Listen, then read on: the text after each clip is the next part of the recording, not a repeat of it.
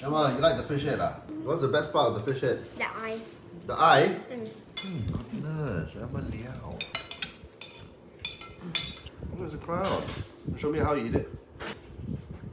Why are you licking it? Sucking the head, the brain.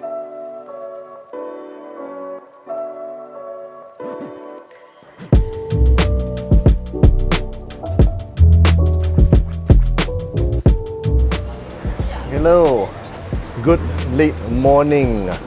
It's about 11:30 a.m. on a Thursday, and hi, you're watching Gregsby Eats, and I'm here at Newton Food Centre to talk about this highly regarded Teochew fish soup that is, to me, one of the best Teochew fish soups that you can get in Singapore. Kwang Teochew Fish Porridge is run by 50-something-year-old Jason Tan, who is a second-generation owner. The business was started by his father in 1972 at the now defunct Glutton Square street hawkers gathering at the car park along Orchard Road. The business relocated to Newton Food Centre in the late 70s, early 80s or so, and Jason's father retired some 10 or 11 years ago. And the stall is now run solely by Jason himself. So come, let's have a taste.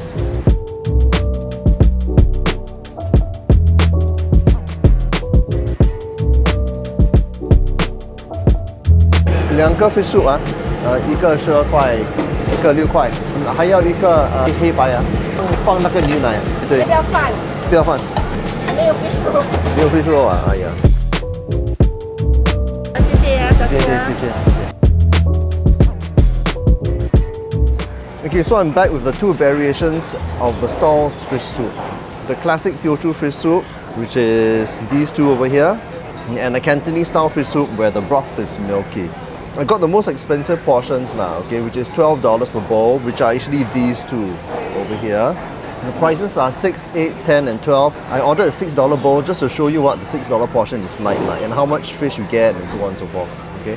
I ordered just a soup without carbs, but you can order whatever carbs you like and they'll just put it inside the soup. You can order rice, porridge, yi mee, thick bihun or mee sua. In decades past, the stall used to only offer rice, but Jason added more carb options once he took over. So first tasting the broth in the Teochew fish soup.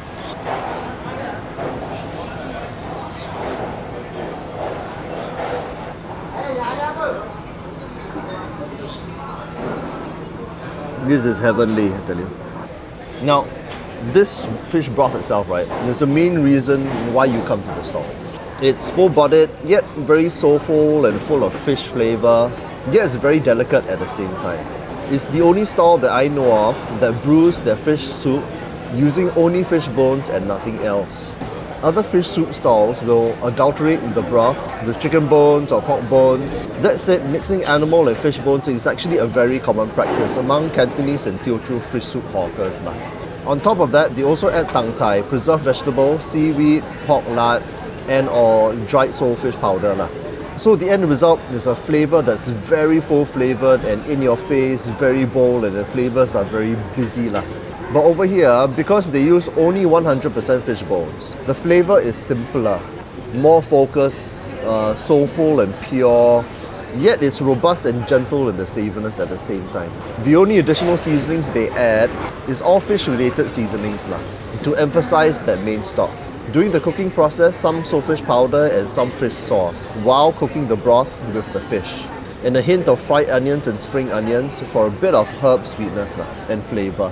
And that complements the main fish stock flavour very well. You get to taste just how good the fish broth is.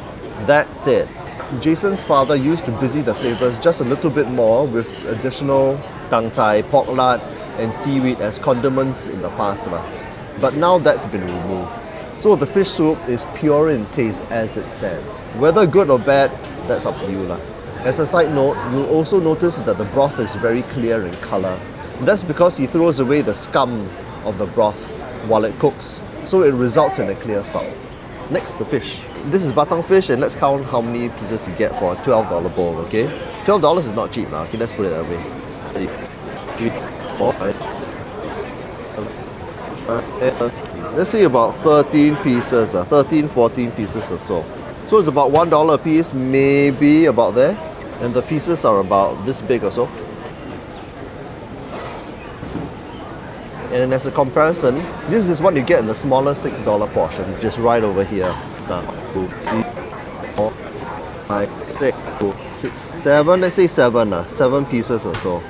So, I mean, you know, $12 for about 12 or 14 pieces and $6 for about 7 pieces. That's pretty expensive, okay? Let's put it out there, okay? But, you know, to put it in context, that's the price you pay for an all-fish stock.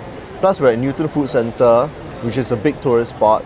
So there is probably a bit of an elevated price here. And also, they were also awarded a Michelin Bib Gourmand some years back. So that sometimes plays a factor in the prices being a bit higher too. So let's tasting the fish.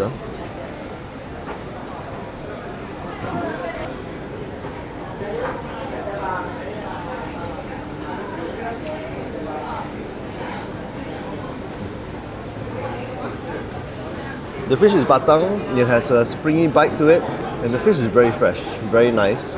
It's probably not as fresh as in his father's time, but I'm just speculating. Jason's father used to buy fish from the Jurong Fishery Port every day early in the morning. But these days the fish is gotten from suppliers lah.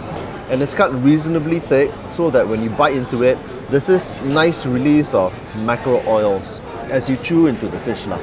So for fish soup hawkers, the thickness of the fish needs to be just right. Too thin and it just disintegrates lah while it cooks. Too thick and it doesn't absorb the flavours of the stock. Okay, let me try another one. One with a bit of skin on it.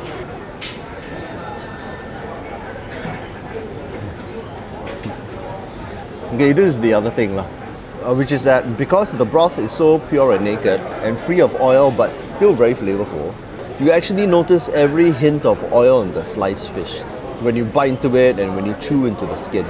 And that's pretty remarkable lah. The other ingredient which I was hoping to get, which they didn't have today, is actually the fish roe. They didn't have it today because it sort of like varies from day to day whether they actually get the supply of fish roe. It has to be fresh and all that. But it is always very special and excellently well done here lah. Frankly, I don't know whether it is because the fish roe is very fresh or that it is expertly cooked or both, but the texture is incredibly soft and there's no foul fishy smell to the roe lah. There's only a very nice gentle richness to the taste. Lastly, the vegetables.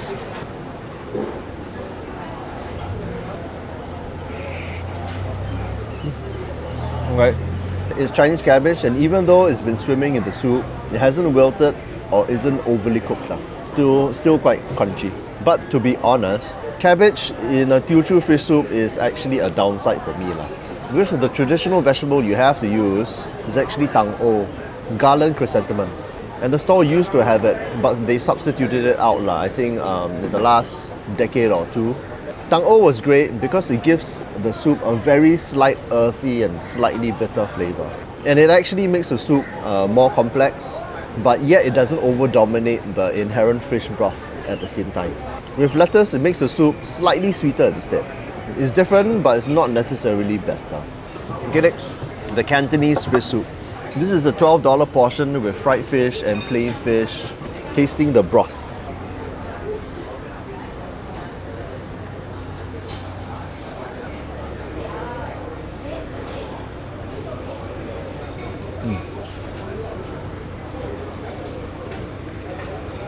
This is basically the same fish stock with the addition of evaporated milk. And that's it. There's no other additional seasoning or anything like that. It adds a creamier taste, but it has a very definite evaporated milk flavour to it. So don't be fooled into thinking that this is real Cantonese fish soup. It isn't. For real Cantonese fish soup, right, you need to fry the bones and boil it over a hot flame for the milky effect. Then the seasonings are different as well. The Cantonese use ginger, hua tiao wine, Chinese wine, and pepper. And I don't taste any ginger or hua tiao jiu for sure lah. What Kwang serves is just the hawker version of it.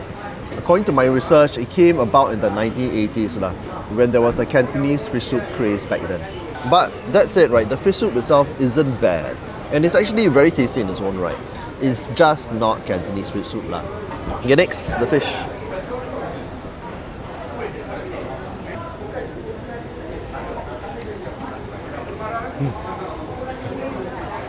Fried pieces of fish, which is seasoned a bit heavier. So when you order the milky soup, you have the option to actually have the fresh fish or the battered fish or both. But I think that the battered fish, right, actually makes more sense with the milky soup. Because when you use fresh fish, right, the oiliness is so delicate in the fresh fish. And the richness of the soup is so much more pronounced that the fresh fish actually becomes rather plain tasting as a result. So that's where the battered fish actually makes more sense. Because it is richer and it has got a bigger seasoning, so there's more of a noticeable flavour lah when you bite into it. Okay, finished. Almost 3 bowls of soup. That's a lot of food. So that was a look at Kwang Teochew fish porridge, which serves up a compelling bowl of Teochew style fish soup.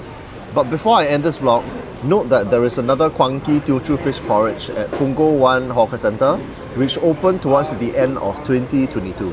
The stall is run by the son. I haven't tasted it yet, so I don't know if the standard is the same lah. But in my experience, it is only after 2 years that the food quality of a particular stall actually starts to stabilize lah. So try it at your own risk. But as for this Newton stall, would I travel half across Singapore to eat here? I would say yes, for the fish broth alone. And it's mainly because the fish soup here uses only 100% fish bones, and that's quite hard to find in Singapore. So the broth is actually pretty unique as a result. And with the fact that you can get reasonably thick fish slices where you can actually taste the oils in it, and that's quite fascinating. Because here you have a hawker dish where it is almost very pure and simple in its approach. It almost has like a less is more approach, very Japanese Zen-like. Yet there are very, very deep layers of flavour as a result. So it's a refreshing change. As for the Cantonese style fish soup, well, it's not bad for what it is, but I wouldn't travel all the way here for it. But if you're in the neighbourhood, then by all means. It's still worth an order if you can stomach the prices. It is a bit pricey. So thanks for watching another episode of Great Speed Eats, where I eat through the whole of Singapore.